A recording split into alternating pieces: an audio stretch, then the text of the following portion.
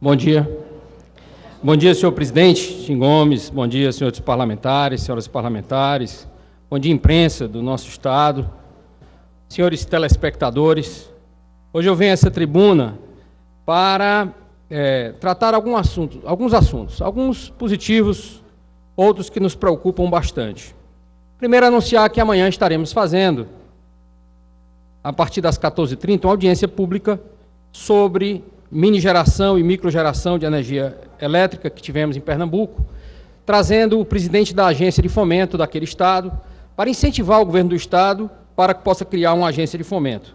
E, para isso, eu dei entrada num projeto de lei que criaria a agência de fomento no estado do Ceará. Fomos lá com a secretária Nicole e estaremos discutindo com o governo do estado para ver essa possibilidade, para avançar nessa área e fomentar o desenvolvimento do nosso estado.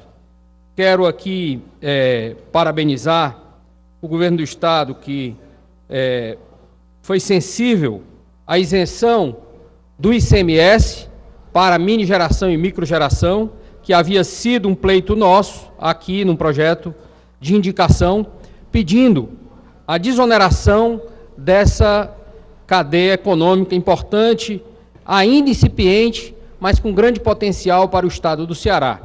O estado do Ceará não foi o primeiro, passa a ser o 5º estado do Brasil a desonerar essa cadeia, e isso é realmente importante, e creio que com isso e com a criação da Secretaria Adjunta de Mini-Geração e Microgeração, nós possamos avançar.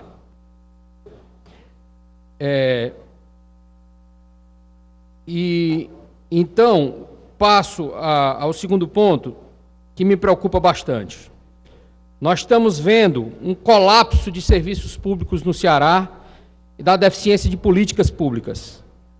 É surpreendente, depois de termos o Estado investido e tendo colocado a segurança pública como prioridade no nosso Estado, nós vermos que nós somos a capital do Brasil de maior violência. Foram dados 11 meses ao novo governo para que pudesse, na segurança, apresentar indicadores que pudessem dar uma maior segurança à sociedade cearense. E nós vemos, então, começar a seguir situações em que nós vemos que o governo não deu a resposta adequada para isso. Amanhã teremos aqui o secretário de Segurança Pública. Será muito importante nós perguntarmos algumas coisas. Primeiro, o governo está priorizando a segurança pública, que o capitão Wagner tanto tem trazido esse tempo, porque é impressionante, capitão, como é que um governo que foi capaz de ser o 4º maior investidor no país consegue ser o 4º pior em segurança pública.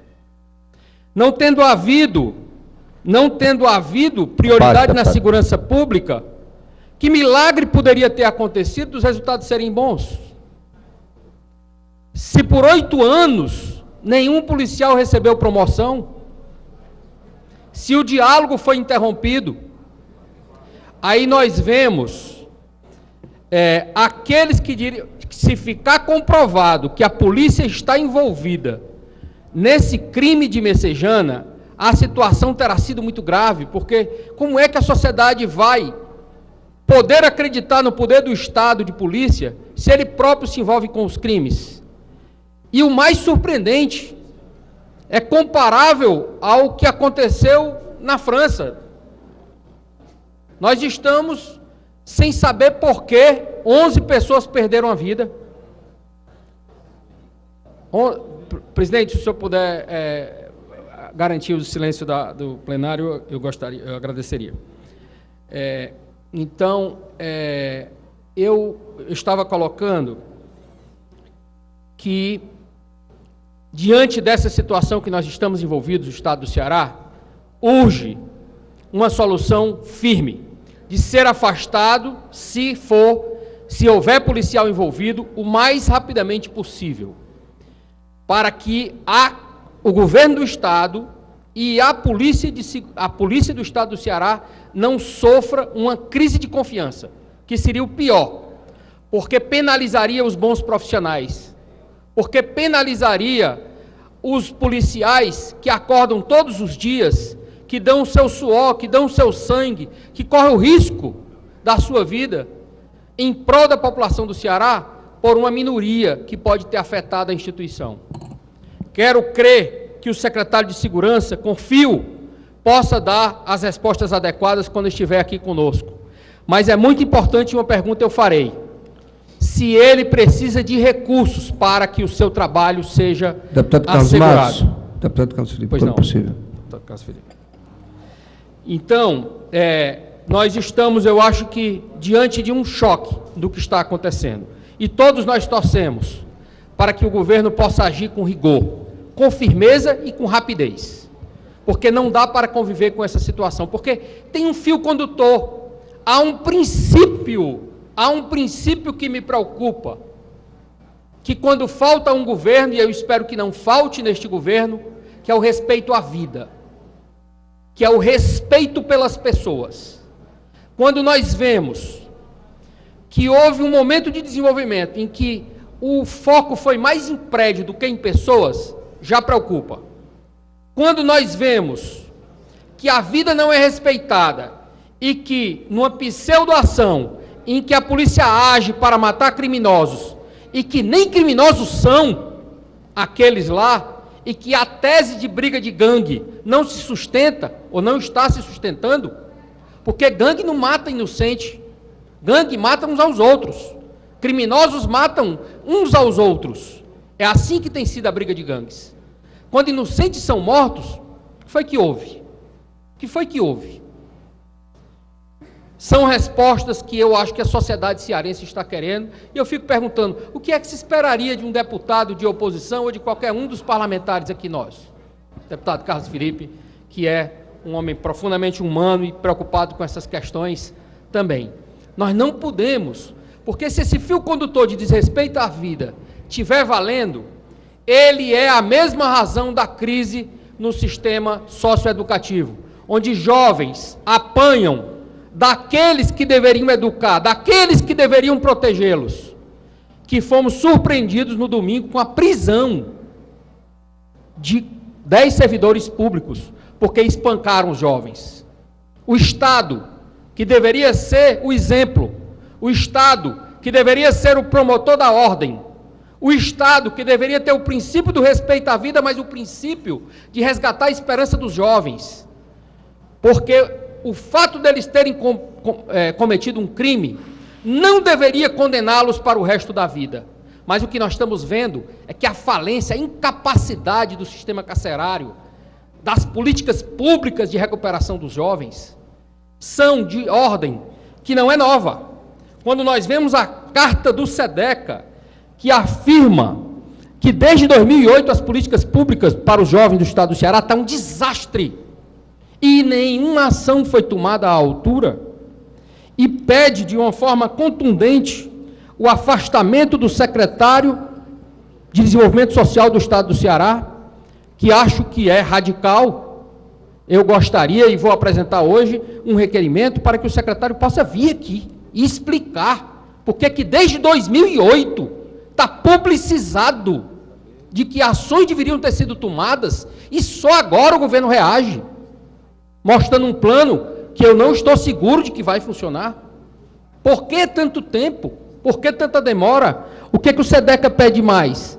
A decretação do estado de emergência por parte do governador, com elaboração de plano de ação emergencial, abertura de inquérito para investigar e responsabilizar os responsáveis pelo homicídio do jovem acontecido agora no início de novembro, concurso imediato para agentes socioeducativos, representando junto. Então, o deputado Renato Rosendo tem trabalhado essa questão aqui na casa, justiça seja feita pelo belo trabalho que ele vem fazendo, mas acho que a questão dos jovens é tão importante para o estado do Ceará que eu não posso, não quero e não vou me omitir. Eu quero saber qual é a resposta do Estado, se os nossos jovens estão condenados a ficar apanhando do Estado e sendo assassinados pelas faltas de políticas públicas. Já não basta sermos o terceiro estado do Brasil que nem estuda e que nem trabalha, já não basta. Nós precisamos de uma resposta, eu vou entrar com esse requerimento para que nós possamos ter respostas mais adequadas. E gostaria até de convidar a deputada Raquel Marques para entrar nessa empreitada, né? Que o movimento das feministas possam vir em defesa dos seus filhos também, dar mais sentido à sua causa, defender não só as mulheres, mas defender o filho das mulheres, ir para as ruas, cobrar, ter na sua voz, na minha voz, na nossa voz, esses jovens que estão, de certa forma, abandonados pelo Estado, eles precisam da nossa voz. E quem melhor do que as mães? E quem melhor do que as mulheres? Deputado Carlos Matos, puder me dar 30 segundos que eu lhe agradeço. Então, sobre esse assunto eu farei esse requerimento e, em seguida, passo para o último tema. Eu vou fazer um requerimento também, solicitando, porque nós estamos vendo que o Estado é insaciável na cobrança de impostos. Depois de tantos impostos que nós vimos sendo cobrados, depois da afirmativa do deputado Ivo Gomes, de que tem recurso, não gasta porque não quer, depois do secretário Mauro Filho ter vindo aqui dizendo que tinha R$1 bilhão no primeiro quadrimestre, depois de nós termos as contas públicas mostrando um saldo extremamente positivo, o Estado quer mais imposto, vai assaltar o bolso do trabalhador, vai tirar mais dinheiro daqueles que precisam para financiar a ineficiência. Qual foi a economia de gasto que o governo teve este ano? Quantos R$1.000 foram economizados na redução da eficiência? Cadê esse número? É importante que nós tenhamos essa resposta, para o governo vir com mais moral para cobrar mais impostos. Eu tenho visto que tem redução de impostos, mas são redução de impostos na filigrana, são todos muito bons, parabéns pela redução dos impostos. O que faz pena é vir acompanhada redução de impostos com aumento de impostos. A gasolina, que já é a mais cara do Nordeste, a gasolina do Ceará já é a mais cara do Nordeste, ainda vai se colocar mais imposto em cima dela. Então, é muito importante nós fixarmos alguns princípios. O governo tem que se contentar com o recurso que já arrecada e administrar bem o que arrecada, que não está fazendo, que não está administrando bem. Nós estamos vendo os hospitais começarem a entrar em colapso. 19 pessoas morreram no HGF por uma redução no plantão da emergência. Dia 27 está sendo anunciado o movimento dos profissionais de saúde, porque estão sendo reduzidos o número de profissionais nos hospitais e a qualidade do serviço vai piorar. Diante de tudo isso, nós não podemos desanimar. A esperança é o combustível maior dos homens e, eu diria, de quem está na vida pública. Mas é papel nosso alertar para que nós não fiquemos afogando ainda mais uma situação que já é grave no país, uma situação moral grave, uma crise política e uma crise econômica. Nós precisamos ser criativos e precisamos dar melhores respostas. Então é importante que nós todos estejamos atentos. Eu quero dar a minha contribuição como parlamentar, para isso estou fazendo esses 2 requerimentos, para poder avançarmos. Deputado Carlos Matos, Capitão Wagner, escuto com prazer. Deputado Carlos Matos, primeiro parabenizar Vossa Excelência por trazer diversas discussões aqui para a tribuna e registrar que a Secretaria de Segurança, em relação ao caso de Messejana, ela tem 3 linhas de investigação. Eu acho que nenhuma das 3 linhas podem ser desprezadas nesse momento, diante do acontecido no dia em que o soldado Serpa foi assassinado. Horas antes, um chefe de uma quadrilha de tráfico de drogas foi metralhado no anel viário com 32 tiros, inclusive cápsulas de AR-15 foram encontradas no local. E por conta desse assassinato, há uma linha de investigação que conduz para uma possibilidade de uma retaliação por parte dos integrantes dessa quadrilha a grupos outros. Quando há essa retaliação, não necessariamente eles vão atingir outros criminosos.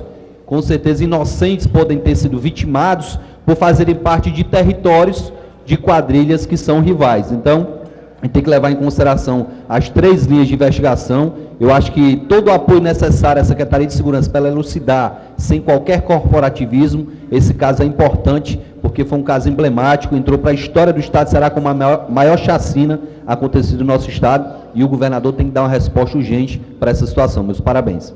Obrigado, capitão Wagner. Com prazer, deputado Carlos Felipe. Obrigado, deputado Carlos, mas primeiro eu queria convidá-lo e convidar toda essa casa ao movimento que vai ter amanhã no Conjunto Curió, onde foram assassinados a grande maioria dos 11 mortos. Nós vamos fazer uma caminhada e depois vai ter uma missa na igreja do Curió, amanhã à tarde, 18h30. Dizer que a posição do governo, no sentido de investigar, desde o início, a colocação do governador, que pública, que assumiu o compromisso de investigar com doa a quem doer, sejam traficantes, sejam pessoas que desmerecem o cargo da Polícia Militar, que é uma minoria, milicianos, sejam brigas entre gangues, que isso seja investigado com seriedade.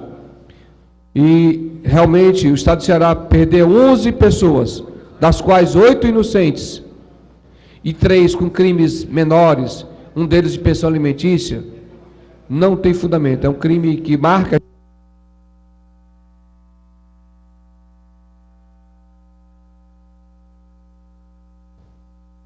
Para concluir, deputado, por favor.